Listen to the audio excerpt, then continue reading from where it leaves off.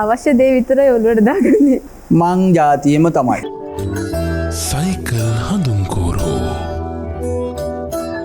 දැන් ඉස්කෝලේ එහෙම මොකක් හරි දන්නේ නැති දේවල් ගිහලා අහන්න ගියාම එන ලොකුවට සටහනක් කියනවා. එතකොට ඒක මොලේට යන්නේ. අර නිකන් අර ෂෝට් ෆෝම් විදිහට දේවල් කියලා ඉගෙන ගන්නවනම් ගොඩක් ආසයි. එතකොට ඒක ඉක්මනට මතක හිටිනවා. ඔව්. අර ලොකු හැලි හිටින්නේ නෑනේ මතකේ නේද? අවශ්‍ය කොටස් විතරනේ ඔළුවට දාගන්න. ඒක තමයි. එතකොට මොකද්ද කරන්න ඕන?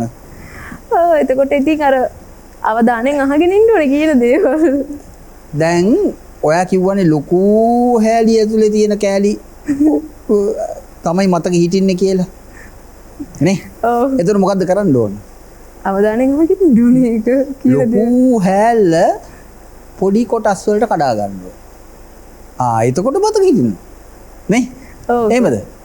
ඒකත් ඉතින් එක එක්කෙනා ඉතින් එක එක මේ පැටර්න්ස් විදියට එහෙම ඔළුවට දාගන්නවනේ. ඔව්.